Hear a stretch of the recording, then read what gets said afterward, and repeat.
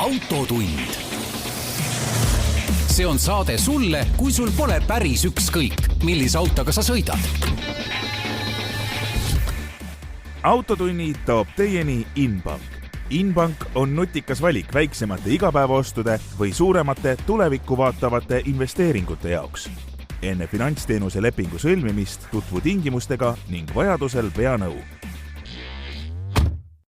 Tere kuuled, autotund tagasi, Tarmo Tähepõld, Martin Mets Geeniuse uudisteportaalist hekseldamas viimase nädala auto- ja liiklusmaailmas toimuvat. Kuidas ma ütlen? Ei saaks öelda, et on vaikne olnud, midagi ju toimub, aga Eesti uudisteskeenel, et kui jätta kõrvale nüüd see, et Kaarli Puieste liiklusmärgi nali sai ka korda tehtud, et meil pole mõtet seda siin saates isegi väga rääkida. No siis, seda võib öelda, et Tallinna inimesed on ikkagi 30 000 eurot vaesemad. Palju õnne teile! Jah, ma korra mõtlesin, kas me peaksime hakkama seda ka siin, aga püüame hoida natukene rõõmsamat ja sellist mitte võib-olla nii, ma ei oskagi öelda, selline raadiosse sisse helistamise formaati, kus on korrad jälle raiskasid meie raha, sest me oleme sellega vist harjunud natuke. Äkki läheb paremaks. Just, nädala meeldejäävamad asjad. Ma olen siin viimastel päevadel sõitnud 2 autoga. Ma ei pane neid eraldi proovisõidu rubriiki praegult, sest et üks on Renault Symbios, millega ma kunagi välismaal sõitsin. Tegin nüüd nädalavahetusel pikema ringi, lihtsalt olen siin püüdnud natukene ennast järgi aidata mingite, kuidas ma ütlen, autodega, mis võiks tavainimest huvitada just siin kogu selle automaksu ja kõige valguses ja teeme siin erinevaid edetabeleid. Ilmub ju 28, mis see kolmapäev on, ühesõnaga, novembri lõpus ilmub uus autoleht Extra, kuhu me teeme siis edetabeli, praegu seisugust oli plaanis 20 kasutatud, 20 uut autot, et mis võiks olla selline pehme tasakaal selle vahel, et me soovitame neid kui autosid ja et nendel oleks ka siis täitsa okei registreerimis- ja automaks. Et siin üks märksõna muidugi pistikhübriid, aga loomulikult ka tavahübriidid ja ka mõni minu arust täiesti tavaline sisepõlemismootoriga auto saab sinna sisse. Eks näis, isegi alles paneme seda kokku, vaidleme. Aga sõitsin siis Renault Symbiosiga, mis võiks olla sellest rubriigist, et hästi mõistlik auto. Et seal on ruumi piisavalt, ta ongi Eestis müügil ainult täishübriidina, mingid mootorivalikut seal ei ole, muud, täiesti okei mootor.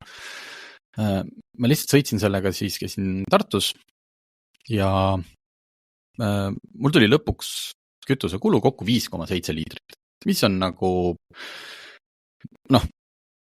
sellest allapoole võrdlemisi ikkagi suure autoga ongi raske saada, siis edasi juba on seal, peaks olema see aku palju suurem. Mis mul sellest aga meelde jäi, oli see natukene, et kui me räägime jätkuvalt tavahübriidi kuningas on Toyota, kes on seda lihtsalt väga kaua teinud, et siis selle Renault Symbiosi puhul mind natuke häiris see, et küll hästi ise väidavad, et põhimõtteliselt linnas sõidab see auto 80% elektriga ideaaloludest, aga need hetked, eriti nüüd on ju jahedad novembri ilmad, et kui see auto tunneb, et tal on vist selles kõrgepinga akus natukene vähe vurtsu või siis ta paneb mootori tööle, mis on täiesti tavakäitumine hübriidi puhul, aga ta paneb alguses selle mootori tööle hästi kõrgete pööretega. Nii et sa näiteks seisad foori all ja see äkki läheb see auto käima ja justku nagu see oleks jala gaasipedaalile unustanud, ehk siis seda finessi, peenhäälestust on veel vaja, aga ma ütlen jätkuvalt, kui sul raadio või muusika mängib ja kellegi ajad juttu ja siis et see ei ole nüüd niimoodi, et su auto äkki röögatab, lihtsalt natukene tuleks seda asja tuunida. Aga mis mind päriselt häiris ja ma ei saanud eile seda autot, ma isin selle hästi vara hommikul tagasi, ma ei saanud ühegi müügimehega rääkida, oli see, et ma tulin Tartust tagasi ja see auto andis mulle mingeid märguandeid. Mis märguandeid? Renault on selline hästi geniaalne nupp, mida eks kõik autotootjad praegult oma autodesse kuskil üritavad panna või teha tarkvara uuendusi. See on füüsiline nupp roolist vasakul, ma ei pea isegi vaatama, ma tean, kus see asub, vajutad ühe korra, siis on see, et sa tahaks aktiveerida oma nagu isiklikke juhiabi seadeid ja teise korra vajutad kinnituseks. See tähendab seda, et see on välja lülitanud selle kiiruse ületamise hoiatuse. Mitte sellepärast, et ma kihutada tahan, aga ma olen sellest nii palju rääkinud, et see on väga loll ja juhti häiriv lahendus.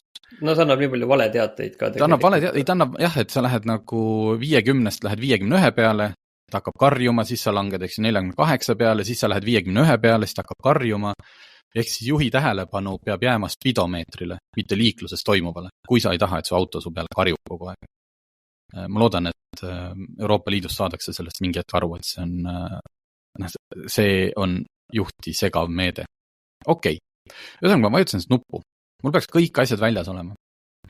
Ja ta teeb mulle maanteel. Iga natuke ajal tegi mingi märguand andis. Ja ma seda hakkasin siis mingit kontrollima. Ma püsisin joonte vahel. Ma hoidsin 2 käega roolist. Ma vaatasin otse ette, et ei oleks, et kuskil taustal toimub see juhi mingi monitoorimine. Või kui siis see toimus, siis oli see küll jabur, see, et kui mu silmad teel liiguvad ja armatuurlaual või siis selle juhi ees näidikute plokis ega ka ekraanil mitte ühtegi teadet. Mitte miski ei vilgu. Ma ei tea, mis asi see plõnnib. Ja see, lõpuks on nagu 1,5 tundi seal autos olnud ja mingit piiksu taga ajanud. See oli väga häiriv. Ma pean järgi küsima, et mis see olla võis. Ja juhul, kui see oli mingi juhi tähelepanu, mis on ka ju tänapäeval kohustuslik meede autos, siis palju õnne. Järjekordne asi, mis segab juhil autot juhtimast. Teine auto.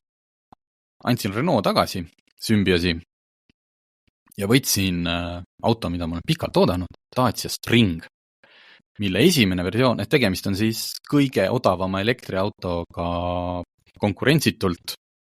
Selle tippversioon, millega ma sõidan, on 22 000, kui sa võtad sealt nüüd selle ostutoetuse maha, 18 000. Sain auto sõiduulatus näitas, vist oli mingi 190 kilomeetrit, linnaauto, pisike, hästi pisike. Jube mõnus oli seda parkida, eile läksin trenni, parkisin ära ja tulin tagasi, siis minu kõrval oli parkinud Kia Sorento uus, mis on jah, suur linnamaastur, aga ütleme Euroopa mõistes suur. Aga see visuaal oli selline, nagu ma oleks oma Dacia Springi parkinud mingi Cadillac Escalade'i kõrvale. See on tõesti pisike. Mul oli eile samasugune olukord, kus ma olin miniga ja siis kõrvale oli selline võimas, enam kõige suurem Defenderi variant vist ennast parkinud, aga see oli kaunis vaadata, et mingi tasakaal oli seal väga kena.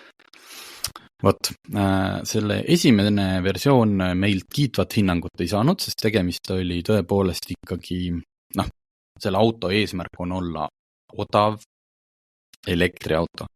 Aga see esimene versioon oli, kuskilt tuleb tõmmata piir, see oli liiga odav. MVP oli see ikkagi minu meelest ikkagi jah, selline. Minimum viable product just, et ta oli sees, nagu kogu see juhi ees olev osa, kõik, välimus oli tal selline mopeedautolik, kuidagi nagu ei olnud seda, nagu ma tookord ütlesime, jah, ilmselt kuskil Lõuna-Euroopa väikelinnas täiesti okei, sest et ma toona läksin sellega kiirteele umbes samasuguse lörtsi silmaga, nagu täna hommikul oli ja mul selline tunne, et ellu ma seal küll ei jää, sest tuul puksis teda, rehvid on tal ju hästi pisikesed, väiksed, et kui see nagu, ma ei tea, mingi rekkamust mööda tuleb, et tõmbab selle auto sinna teele viltu ka. Ma ei ole praegult veel kiirteele jõudnud, ma võtsin selle nädalaks, aga see on juba palju parem auto. Ja kuna mina olen ikkagi selline natuke nagu, mul on visuaal oluline. Ma tean mingid väga puristlikud autoajakirjad ja kõik ütlevad, et auto puhul on tähtis see, kuidas ta sõidab, sõiduomadused, vedrustuse, geomeetria ja mul on täitsa ükskõik, et umbes 64. asjana tuleb siis see, milline ta välimus on. Sest praegult on see, et see Spring tänu LED-tehnoloogia arengule ja sellele, et ilmselt siis Dacia kaldkriips Renault otsustas, et kuulge poisid, me peame ikkagi disaini ka tegema. Või tüdrukud. Et ta näeb jube kihvt välja. no see Dacia tänapäev on see nagu, kuidas sa ütled, nagu udustatud LED-tuled, et on justkui nagu ühtne valgustriip ees, taga, noh, see värv, mis ma sain, on selline kõrbe, nagu ta oleks, ma ei tea, mingi Land Cruiser. Sees on täiesti korralik ekraan.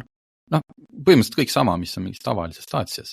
Ekraan on ju, mida rohkem sa ühesuguseid toodad oma autodele, seda odavamalt sa nad kätte saad. Et sul ei ole mõtet hakata Daciast ringile tellima eraldi mingit ekraani.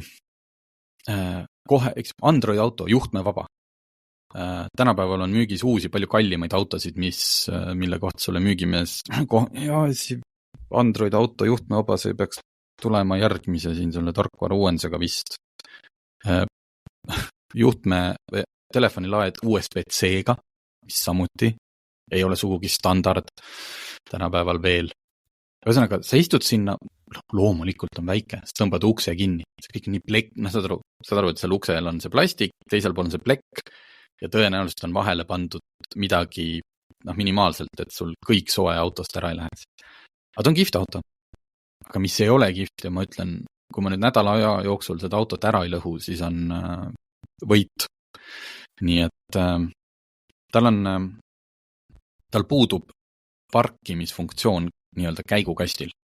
Tähendab seda, et kui sa auto seisma jätad, sa pead tõmbama käsipiduri ise peale.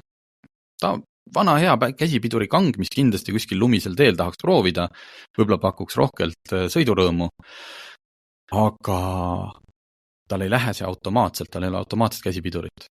Tähendab seda, et kui ma pargin kuskil kallaku peale ja ta hakkab liikuma, ma saan aru, mul tuleb meelde see peale tõmmata.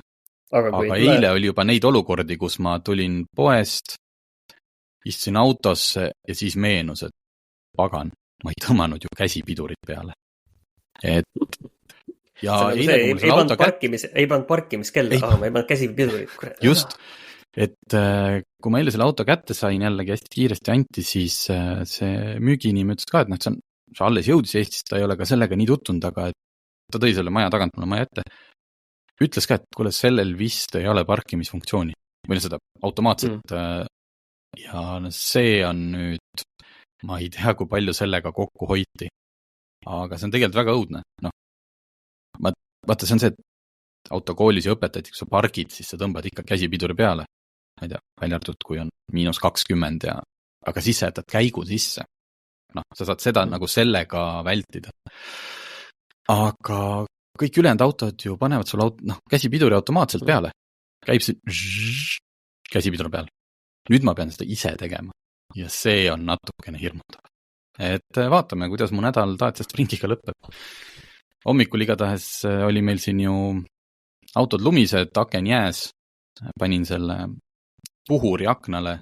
Mul näitas, et ma saan veel 125 sõita. Kui paari minuti pärast juba sai hakata ära pühkima akna pealt lund, siis oli see juba nagu 7 kilomeetrit kukkunud. Aga see on lumerõõmud ikkagi just, ja kojamehi on üks. See auto on nii väike, et tal on üks kojamees, kuigi Cybertruckil on ka vist üks. See on tõsi. Vot, nii et Dacia Spring, üks asi, mis mind veel häirib, aga see teisi Eestis ostjaid ei sega, et kuna need Daciad tulevad Poola numbritega, need on Poola pressiautod, ja Poolas on elektriauto numbrid rohelised, siis mulle väga meeldivad rohelised autod. Aga see, et kui sul on nagu auto disainitud, sul on värv, eks ju, see on eriline pruun, seal Dacia Springi puhul on päriselt üritatud disaini teha. Mis on see mingi roheline lätakas seal keset nagu? Ei ole ilus, see ei ole ilus. See näeb välja nagu see oleks mopeed auto põhimõtteliselt. Ja, just, et nendel on sellised numbrimärgid. Ja. Vot, et natuke kiskus siin auto ikkagi testiks ära, aga see oli mul, tuleb väga pingeni nädal, mina ja käsipidur. Nii, sina? Ei, tegelikult lihtsalt ma ei teagi, et mul ei olnud nii väga nagu mingit sellist suurt teemat, aga lihtsalt eile oli ikkagi sõitsin sellises hämaruses, sõitsin Tallinna linnas ja ikka lihtsalt nädal aega varem ma nägin Facebookis jälle kuskil ühte diskussiooni, et kas linnas peab ikkagi helkurit kandma või ei pea. Ja siis oli see küsimus ikkagi, see oli jälle kuskil mingi selline grupp, kus oli see, et autojuhid peavad vastutama ju ja ei pea mingit helkurit linnast kandma. ja noh, põhimõtteliselt muidugi autojuht peab vastutama, selles mõttes siin ei ole ju küsimust, et autojuht peab vaatama, et noh, neid ülekäigurajal inimest laseks üle, aga lihtsalt see on nii suur vahe, et kas inimene, kes läheneb sellises hämaruses ülekäigurajale, kas tal on helkur või ei ole, see on tohutu vahe. Ja see eile ikkagi ühe korra ma sain ikkagi tõmmata seal Stockmanni juures korra nagu plokki, eks inimene tuli ka nii ruttu kuskilt kiirel sammul ülekäigurajale ja noh, tõmbasin plokki. Ei näinud teda nagu üldse nii kaugelt tulemas. Ja tegelikult mina ikkagi tahaksin öelda, et olge head inimesed, linnast kandke ka helkurit. Ma ise ka tegelikult, ma isegi vassin endale nagu maal käimiseks koeraga nagu helkurvesti ka isegi. Et see ikkagi, noh, see annab nagu niivõrd palju juurde ja siin ei tasu nagu ainult selle peale loota, et see vastutus on sellel autojuhil, sest jah, muidugi see on, aga noh, kas sellest on pärast kasu selle üle nagu vaielda, et kelle üle sa vastutus olid, kui keegi on vigane. Et tegelikult lihtsalt võiks nagu ikkagi mõlemad poolt proovida, et saaks jooks õhtuks koju. Vot, väga oluline meeldetuletus. Ma lähen, nüüd ma siin kuulasin su seda juttu ja mõtlesin murega. No telkuritega on see jama, et ma olen nüüd püüdnud siin, kui mingit uut jopet või asja valin, et oleks juba see helkur element peal, sest et autojuhid teavad, kuidas helkurid kaovad. Helkurid kaovad kas siis sinna kuskile istme vahele jäävad kinni ja sa tõmbad ta katki või sa lööd auto ukse vahele.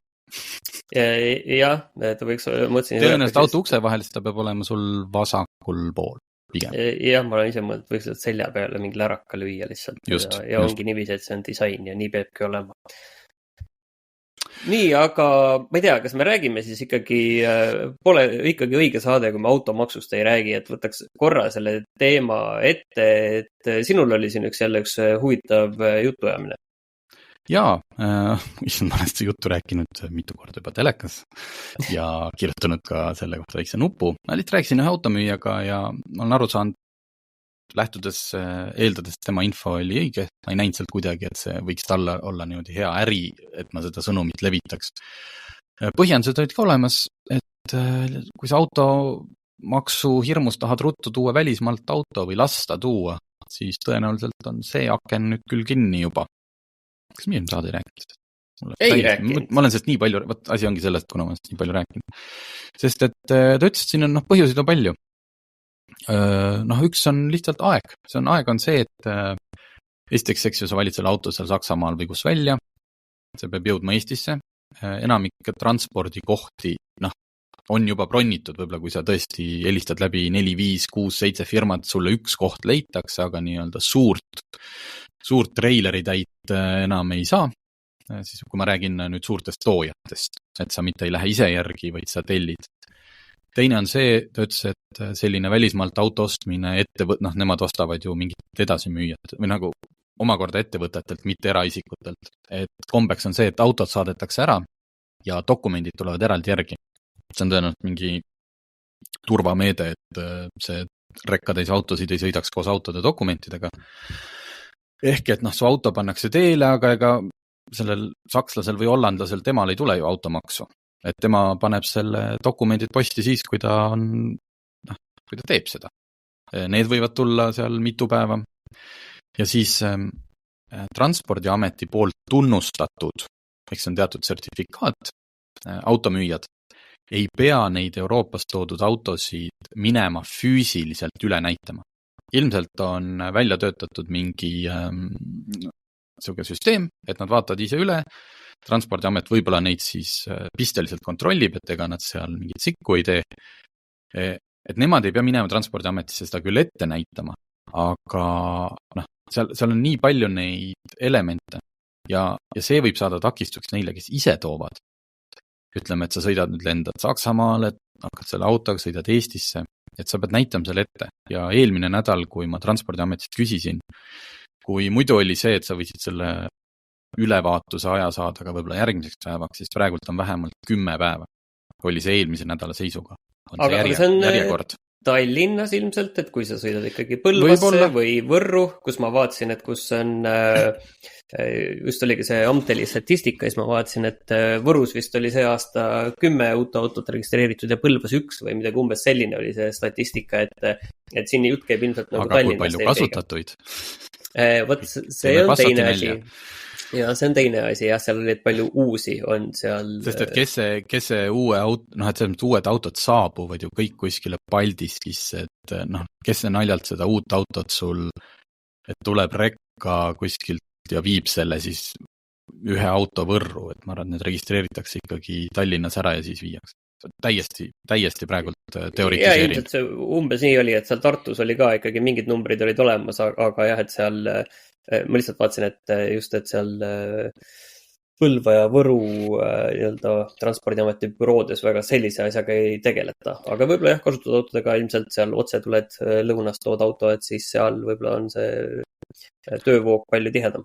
Ühesõnaga jah, Nordauto Priit Järmpalu, kes käisin ükskord saates ka, ütles mulle lihtsalt, et nad võtavad muidugi tellimuse vastu, aga nad ei anna sul ja võibki õnnestuda. Võib-olla leiavad treilerile ühe koha, kõik, aga nad ei garanteeri enam, et nad ei ütle sulle, jah, see auto jõuab see aasta kohale või umbes me maksame ise, või vastutame, et nad seda vastutust praegult ei võta.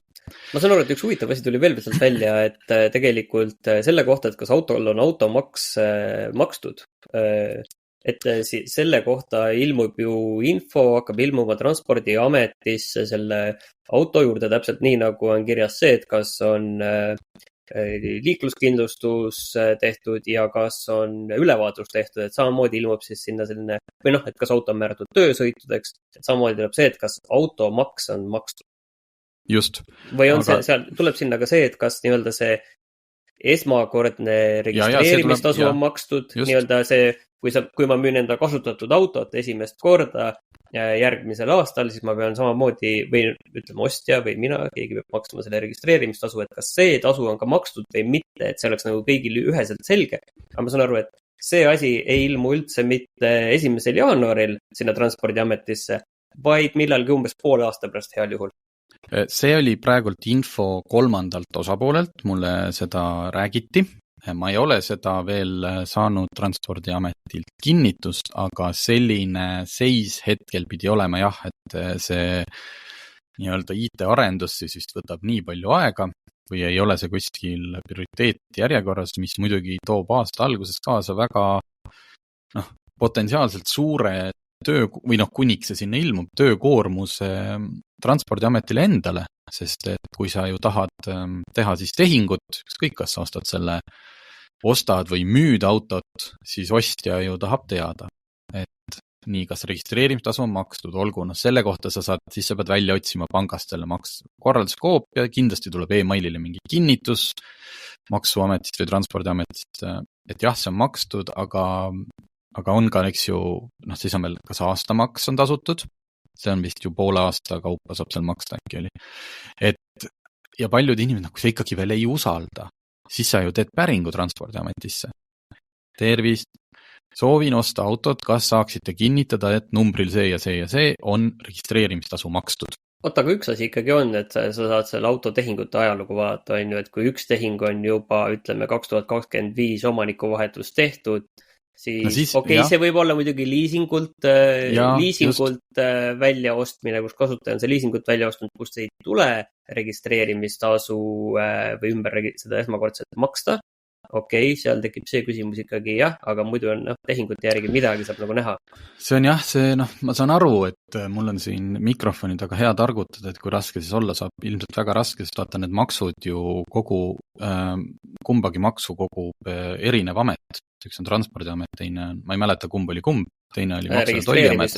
Registreerimistasu kogub siis Transpordiameti ja siis nii-öelda aastamaksu kogub Maksuamet. Aga ma tahtsingi selle kohta, meil tegelikult tuli huvitav lugeja küsimus, et mis juhtub siis, kui ma nii-öelda seda automaksu ei maksa, ehk siis seda registreerimismaksust tundub, et ei pääse, see muidu ei saa nagu autot nagu arvele ja nii edasi ja kui ümber registreerimisel, ma ei tea, aga räägime nagu sellest aastamaksust lihtsalt, et mis juhtub, kui seda ei maksa? No jah, me sellest eile rääkisime toimetuses. Me võime selle küsimuse kindlasti muidugi esitada Maksuametile, aga me teame ju, mis on vastus. mis juhtub siis, kui sa ka muid makse ei maksa, on see siis tulumaks, mis tuludeklaratsiooniga ütleme, et sa pead juurde maksma või on see, ma ei tea, alimendid või maamaks, et siis kui seda ei maksa, siis see keeratakse sundtäitmisele, hakatakse seda su palgast kinni pidama, mis iganes määruse või kohtuotsuse toel, et see on nagu maks nagu iga teine, et see võetakse sul siis lihtsalt jõuga ära. Ja nii kauks, kui nad ei ole seda kätte saanud, oled sa lihtsalt nagu maksuvõlglane riigi silmis. Jah, aga võib-olla lihtsalt, et see nagu on ju, et siin ei ole seda seost samamoodi nagu maamaksu puhul on ju, et kui sa maamaksu ära ei maksa, siis sul ei võeta järgmine päev seda maad ära, et samamoodi, et kui sa seda maksu ära ei maksa, siis sul järgmine päev ei võeta seda autot on ju ära, aga lihtsalt ütleme niiviisi, et see, et kui sul hakatakse kohtutäiturisse, sa sille hakatakse palgast kinni pidama, et see ei ole kuidagi lõbusam.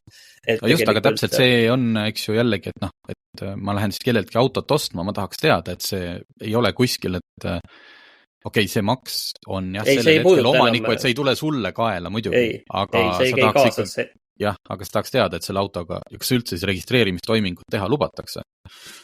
See on jah huvitav, et kas võib seda, kui automaks on maksmata, kas ma võid siis oma auto maha müüa, jah. Äkki võid, lihtsalt maks jääb sulle ikka edasi ja müü siis maha oma auto, saadki maksu ära maksta. Jah, et ainsad asjad mis kaasa võivad tulla on siis nii-öelda, kui sa ostad mingit korterit ja siis sel korteril on kommunaalid maksmata, siis sa saad need ka endale tõenäoliselt kaela, aga muidu jah, seda ei tule. Okei, liigume edasi.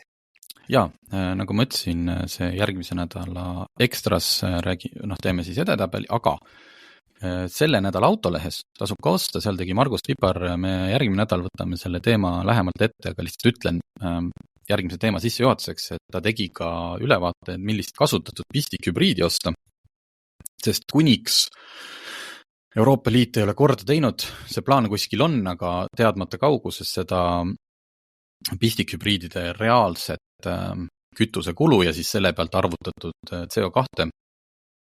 See on ka üks põhjus, miks Maanteeamet või Transpordiamet hakkas nüüd koguma ülevaatustel seda keskmise kütusekulu infot. See on üle-euroopaliselt, see ei ole mitte Eestis välja mõeldud asi. Üks põhjus on täpselt selleks, et saadagi teada, et mis need reaalsed kulud on, sest et pistikhübriidide mõõtemeetod tähendab seda, et tänu mingile tsüklile, milles neid mõõdetakse, reklaamitakse neid kui 1 liiter 100-le ja need CO2 näidud on seal 10 ja 33 ja kui me räägime suurtest linnamaasturitest, siis tavahübriidil on see kuskil 130-150 juures, mis automaksu mõistes on väga suur vahe. Aga see pistikhübriid on hetkel, näis, kas ta on nüüd mingi selline ülemineku asi, sest et täpselt, kuna see CO2 on nii väike, siis on näha, et mõned autotootjad tohutult suruvad, sest nad saavad niimoodi oma selle keskmise, autotootja keskmise alla. Üks nendest on loomulikult just, ja üks nendest tundub, et Volkswagen, kellel see elektriauto müük ei ole läinud nii hästi, nagu nad tahtsid, mis tähendab seda, et nad kannavad ju suuri kahjusid nii müümata elektriautode pealt kui ka selle pealt, et nende portfell on päris CO2 rikas. Siis lihtsalt ma märkasin seda eile, kui öeldi, et Eestis alustati Volkswagen Taironi eelmüüki, avalikustati hinnad. Tairon on siis see, mis oli varasemalt Tiguan Allspace ehk Tiguani suurem versioon, millest sa saad 3. istmereaga, aga muidu tehnoloogiliselt täpselt nagu Tiguan. Ja hakkasin seda uudist kirjutama, nii hinnad algavad 39 900 eurost. Niimoodi juba kirjutasin et baasmudel 1,5 liitrise mootoriga algab 39 900, siis hakkasin vaatama, et kui palju need pistikhübriidid maksavad. Ja siis panin tähele, et ei, aga see ongi pistikhübriidi hind. Ehk siis hinnakirjas soodsamas otsas või vähemalt täpselt sama hinnaga. Volkswagen viimasel ajal teeb seda, et uus mudel tuleb välja ja neil on kohe hästi jõhkrad soodushinnad. Näidatud justkui et see pistikhübriid ennem maksis 50 000 ja nüüd on 39. Seal on juba välja kirjutatud, et see on 11 000 soodsam. Kui nad, ma ei tea, alguses siis arvasid, et see võiks olla või ehk et Volkswagen Taironi kõige soodsam versioon on pistikhübriid. ja ma arvan, et siin on mitte niivõrd tegu tarbijale vastu tulemise ja kõige, kuigi automaksu mõistes muidugi on, kuivõrd sellega, et okei, te meil elektriautost ei taha osta, aga pistikhübriidi äkki ostate ja me, kuniks me lähtume sellest, et selle auto ostja on tubli laadija ja tal on laadimisvõimekus, et siis me oleme selle poolt muidugi. Need Volkswageni pistikhübriidid sõidavad tänapäeval kuni 120 kilomeetrit elektriga. Et see on, ja on soodsa hinnaga, miks mitte, et täiesti poolt. Juhul, kui te laete, ütlen ma alati siia lõppu. Kui ei, ta toimib muidugi, ta toimib siis nii-öelda täishübriidina edasi, et ta kõik see pidurdusenergia ja kõik see ikkagi laetakse sinna akudesse ja sa saad selle bensiinimootoriga teda laadida ka, aga see ei ole okei. Et tublist tuleb laadida. Aga jah, et see pistikhübriid on praegult nii autotootjale oluline, kuna see elektri osa on natukene tagasi, ütleme, stabiliseerunud. Ärme ole siis üks nendest, kes räägivad, kuidas elektriautost enam üldse ei osteta. Lihtsalt seda tõusu ei ole olnud oodatud. Aga ühtlasi ka kliendile siis oluline. Väga huvitav, et vaatan, lihtsalt tahtsin huvi pärast vaadata, kuna ERR tegi siin nädala alguses korra ühte võrdlust, et palju Saksamaal maksavad, ma ei tea, Octaviad ja mis oli... Ei olnud, selle määrast oli ainult Mersudest räägiti. Ei, Octavia oli seal ka sees ikka. Okay. Octavia oli vastupidi, aga ühesõnaga, tahtsin vaadata, palju see maksab nagu näiteks seal ja ma leian, et... Hästi raske on seda võrrelda, seal on need baased, kuna eestlane on harjunud hästi sellise pigem korraliku varustusega, Saksamaal on hästi palju ilmselt seal fliiti, seda autoparkidesse ostetakse, et tehakse mingid baasmudeleid natuke odavamaks ja mõtlen, need autod omavahel võrdlemine hästi raske, sest kui juba siin on sul mingis paketis sees hästi palju erinevaid juhiabisid või mugavuslisasid, ja mõnel teisel turul seda ei ole, siis see juba ju muudab. Jah, ma lihtsalt näen, et 45,500 näitab nagu Saksamaa hinnaks, aga kas seal on veel mingid soodustusi ja asju. Sellepärast ma just mõtlesingi, et need hinnad tunduvad tõesti nagu mõistlikud. Vot, nii, kommunaaluudis. Kui siin mitu aastat oli hästi veider ja ma ei saanud tegelikult aru, miks seda tehakse või miks seda ei tehta, siis see aasta saatis Tallinn pressiteate, et see aasta talvel 1. detsembrist korjatakse tänavalt ära kõik rendirattad. Nii need jalgrattad, voltitõuksid, tuuletõuksid, et ei ole seda jama, et tänavatelt kuskil hanges vedelevad nukrad tõuksid, mida siis kasutavad kas mõned hullud ka talvise ilmaga või siis et need ilmad, et kui ei ole lund ja tänavad on puhtad, et siis ju saab kasutada. Aga terve ülejäänud aja nad on natuke nagu ees, veits nagu, see tundub lihtsalt nii totter, et ma ei tea, mis nende äriplaan seal oli, et nad oleks ikka kogu aeg nähtaval, et mis juhtub akudega, kui nad lihtsalt seisavad, ma ei tea, see tõuks on, ütleme, sõidetud 10% peale tühjaks ja siis ta seisab lihtsalt seal lumehanges 3 nädalat. Külm ei tee akudele mitte midagi head. Tühjal akule ka midagi? Ei, ma ütlen, et ei tee midagi head. See on, ma ütlen, et mina toon garaažist endal tööriistade akut. Just, ma ka nagu mõtlesin, kas ma praegult olin millestki valesti aru saanud, aga... Sooja tuppa ikka ära talveks, et seda pärast ei lähe enam, ei võta enam üldse voolu taha. Nii et tehke oma viimased sõidud, küll mitte täna, sest et hetkel oli tänavat klaaslibedad Tallinnas, aga üldiselt, et mõistlik otsus. Ma ei saanud nende teenusepakkujate sellest asjast küll aru, et kas see tõesti need üksikud sõidud, mis talve jooksul tehakse, hoiavad sul nagu selle tõuksipargi kulud siis kuidagi, ma ei tea, tasakaalustavad ära või? Võib-olla see ärakorjamisel on ka vaata oma kulu, aga tahtsin seda küsida, et vaata need lillad rattad tulid millalgi, mingi Tšehhi lillad rattad, kas sa oled näinud, et keegi nendega sõidab ka või? Mina ei ole näinud, ma olen näinud igal pool neid vedelemas. Ma ikka olen. Mina sain üllatusena teada mingi hetk, et need ei olegi, neil ei ole seda elektriabi nagu on Bolti tavalistel ratastel. Et see on nagu eriti julge otsus, et sellisel kujul võib see, ma arvan, et ta on pigem tugevamalt ehitatud kui võib-olla mingi eraisikule mõeldud ratas, aga kui odav see ratas võib tegelikult olla, kui sa ei pea sinna mitte mingit elektrit panema. Jah, kogu see laadimishooldus ja kogu see, aga kaob nagu ära. Nii, akudest mõtlesin, ma räägin äkki sellest siin, aga ma vist ei jõua, ühesõnaga jällegi Autolehes ja Autogeeniuses ilmus, me teeme iga sügis, ma tean seda, et püsilugeja võib-olla, eks ju, kes on 15-20 aastat lugenud Autolehte ja nüüd viimased 7 aastat Autogeeniust, avab sügisel selle portaali ja jälle te räägite rehvidest ja jälle te räägite akudest ja akulaadimisest ja kõigest, aga ei tasu unustada, esiteks on olulised meeldetuletused ja teiseks noorem lugeja kasvab peale, ühesõnaga meil oli hästi põhjalik, minu jaoks kõik väga hariv lugu oli. Auto sellest siis madalpingeakust, see, mis auto käima paneb. Et kui keeruline ja kui keeruline see tehnoloogia, sa võid küll arvata, et ma olen poodi, ma vaatan, see akku on täpselt samasugune, nagu ta on viimased, nagu ta mul vanaisa Siguliis oli. Okei, mitte päris võib-olla nii lihtne. Aga et see, kuidas seda akut valida ja see on väga kulukas tänapäeval, see on see, et mõtled nii, mul vist nagu hästi, kuidagi nagu hommikul ei käivitu enam, peaks selle aku ostma. Olen juba laadimisega ka proovinud, et ta ikkagi nagu ei hoia. Siis lähed uut akut ostma ja sul on vähegi uuem auto ja mingi võimsam ja rohkem tehnoloogia, et aru aku eest küsitakse. Mul läks viimati aku vahetus koos selle paigalduse kõigega 500 eurot. Ja mul ei ole kõige siuksem luksuslikum peenem linnamaastur. Lihtsalt see Alfa Romeo Giulia on hästi, hästi tundlik kehval akule. Et ma tahtsin seda ennetada. Ennetasin 500 euroga. Ma ei kahetse, selles mõttes oli oluline, aga see lugu, hakkasin lugema, mõtlesin, et küllap siin ikkagi on see sama, et lae ja kontrolli ja igas hoolduses lase kontrollida ja see on jube kõrgtehnoloogia.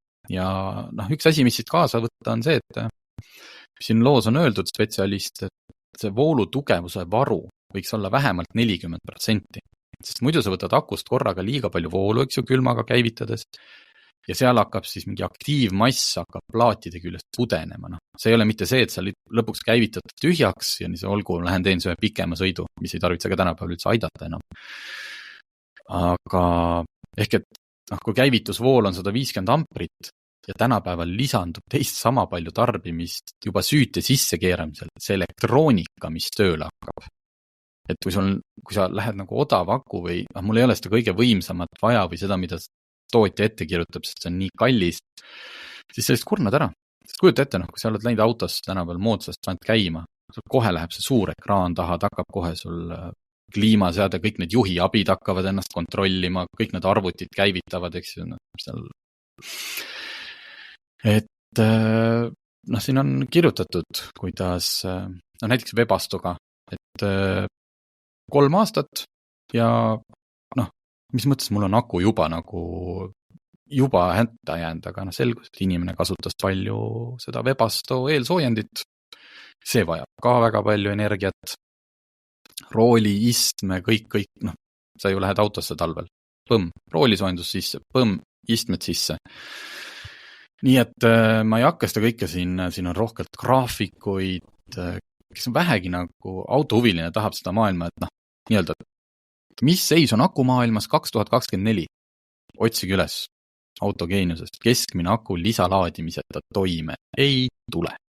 Teeme siia lõppu ühe kiire kommunaaluudise veel, et just tuli Transpordiametilt siis teade, et nüüd hakatakse ka siis nii-öelda 110 märke maha võtma ja tulevad need talvised piirkiirused 90 kilomeetrit tunnis sinna, kus ei ole neid muutuva teabega märke. Ja tegelikult 110 kilomeetrit jääb edasi, seal kus on muutuvad märgid, kuni 110, kokku 250 kilomeetril juba ja 100 kilomeetrit jääb 108 kilomeetril maanteedel, aga see on siis vastavalt ilmastikuoludele ja vastavalt nendele, mis seal märkide peal kirjas on. Peaks muidu uurima üldse, kas neid märke ja nende selle küberturvalisusega üldse vahepeal nüüd tegeleti ka ja või on ikka seal oht olemas, et neid häkitakse nagu ühest Riigikontrolli aasta alguse ülevaatest või auditist selgus. Vot, et siis võtame talvel rahulikult.